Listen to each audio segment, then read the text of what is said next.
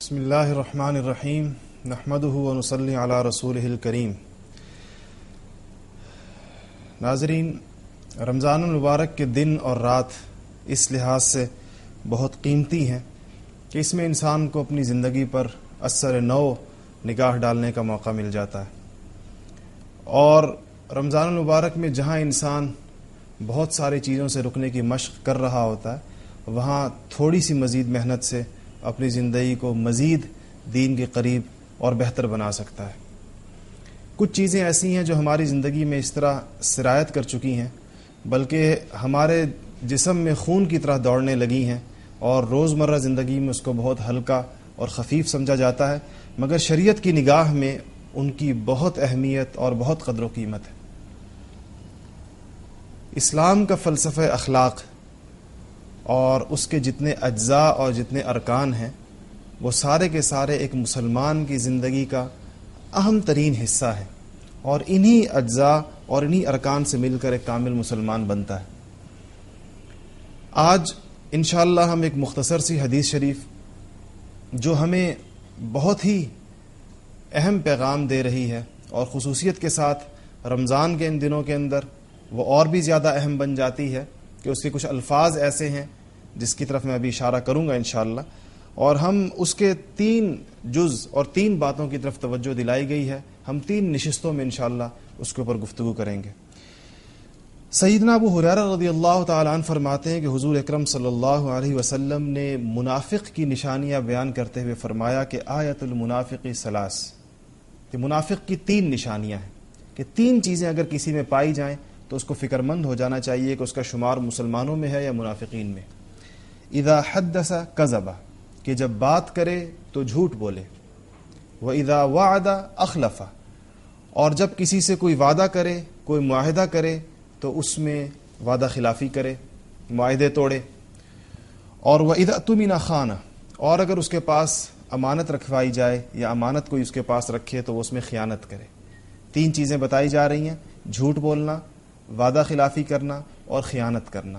کہا یہ منافق کی نشانیاں ہیں، مسلمان میں یہ چیزیں نہیں ہو سکتی۔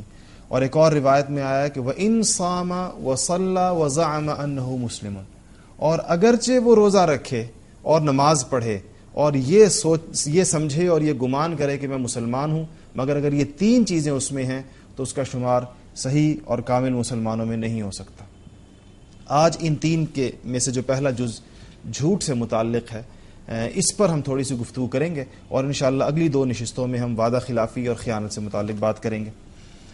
جھوٹ ایک ایسی برائی ہے، اور فقط اسلام ہی میں نہیں بلکہ ساری معزز اقوام میں اس کو بہت بڑا گناہ اور بڑے عیب اور عار کی چیز سمجھا جاتا ہے۔ دیکھیے،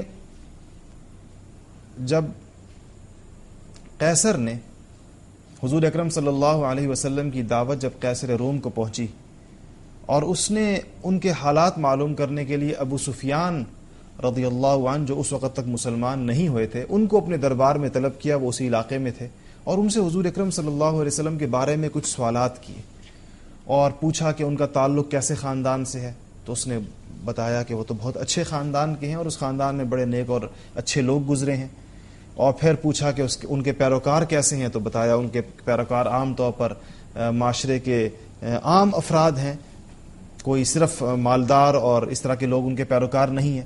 پھر پوچھا تمہاری اور ان کی جنگیں ہوئی ہیں، ان کا ہاں جنگیں ہوئی ہیں۔ تو پوچھا کہ جنگوں کے نتائج کیا رہے ہیں۔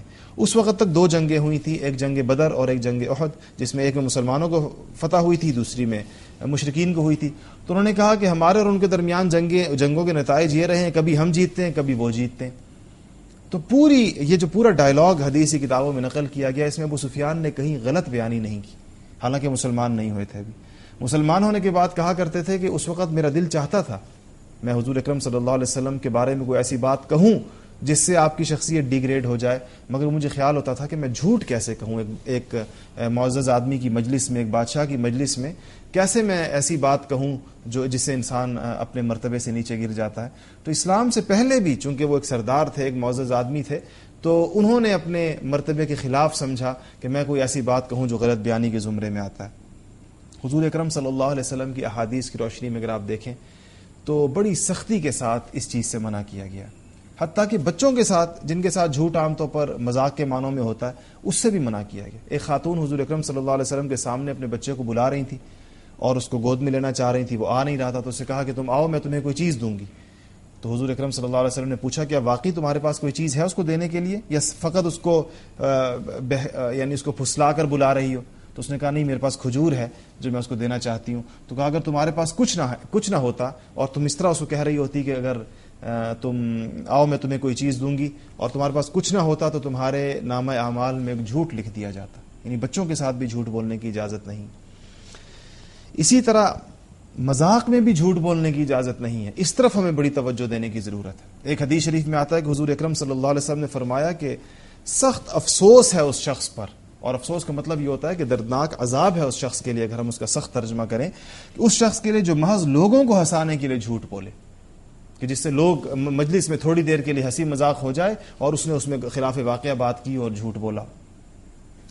مگر اس کا مطلب یہ نہیں ہے کہ اسلام میں مذاق سے منع کیا گیا ہے یا آپس میں مزاح سے منع کیا گیا ہے. ایک دوسرے کے ساتھ کوئی ہنسی کی بات نہیں کی جا سکتی ہے, مگر وہ جھوٹ نہ ہو بالکل. حضور اکرم صلی اللہ علیہ وسلم صحابہ سے مذاق فرمایا کرتے تھے.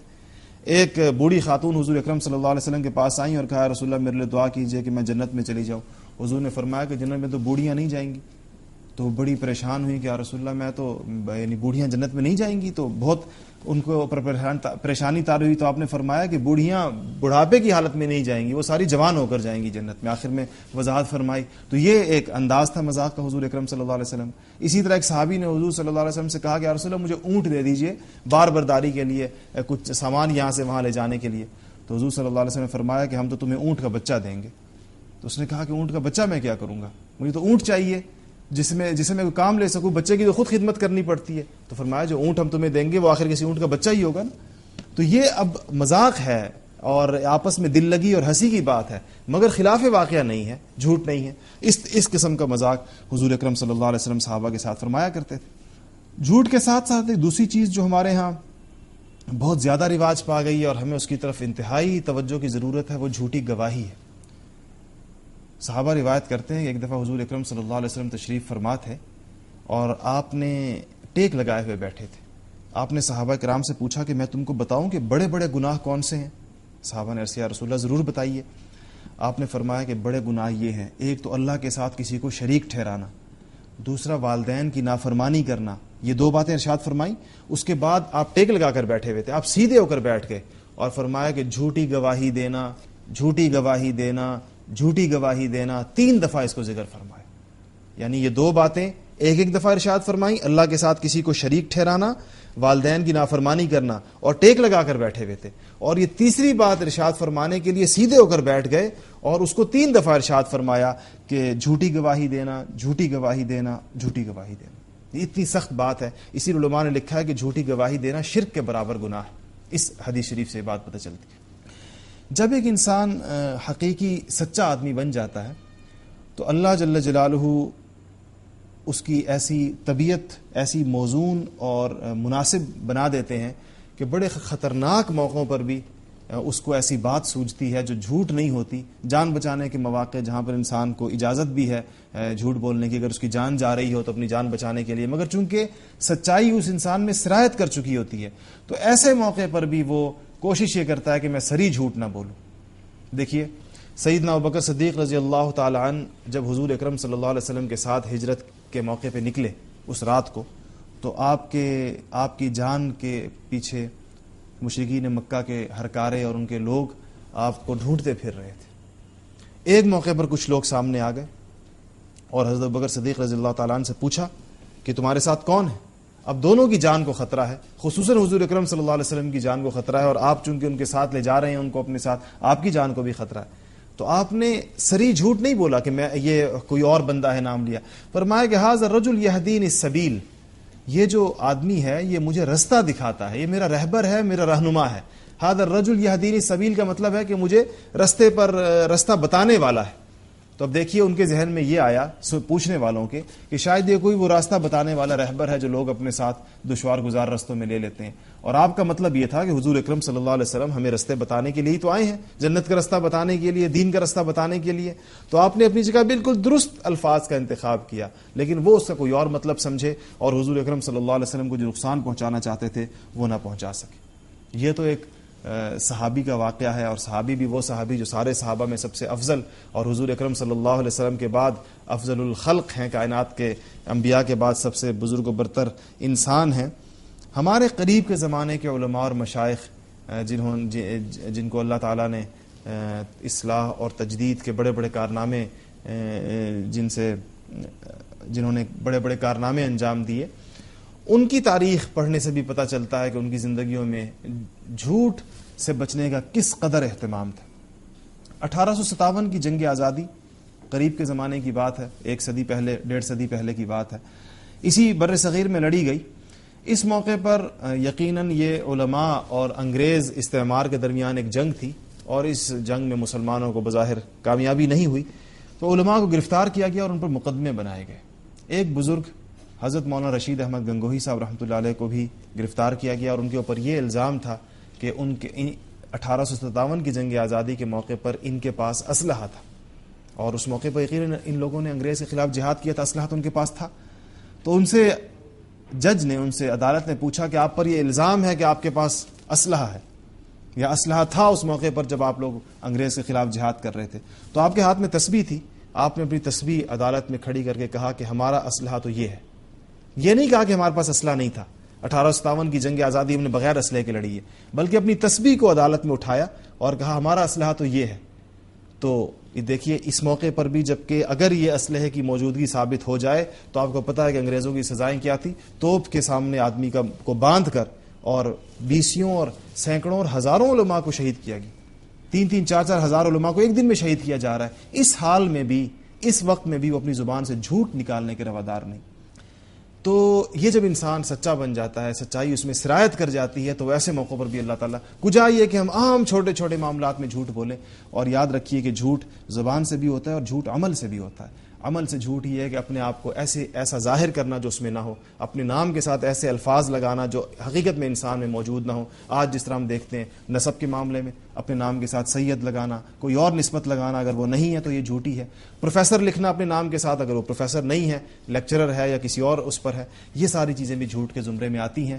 رمضان المبارک کا ایک اہم پیغام اور آخر میں ایک بڑی ضروری چیز جو آج معاشرے میں بہت رائج ہو چکی ہے، وہ جھوٹے سرٹیفکیٹ بنوانا، میڈیکل سرٹیفکیٹ بنوانا، کریکٹر سرٹیفکیٹ بنوانا. یہ ایک عام رواج چل پڑا ہے چھٹیوں کے لیے. یہ بھی جھوٹ کے زمرے میں آتا ہے اور یہ بھی ممنوع ہے، اور اس کی بہت سخت ممانعت آئی ہے. تو جہاں ہم اور عبادات کر رہے ہیں اس موقع پر، تو اس ہمیں دعا کرنی چاہیے اللہ تعالیٰ سے کہ ہماری زندگی سے جھوٹ کو نکال دے اور ہمیں سچی زندگی نصیب فرما دے، اور ہم سارے اس رمضان المبارک سے ایک نئی سچی زندگی کی ابتدا کرنے والے بن جائیں. اللہ تعالیٰ مجھے اور آپ کو اس پر عمل کی توفیق نصیب فرمائے. وآخر دعوانا www.darsulquran.com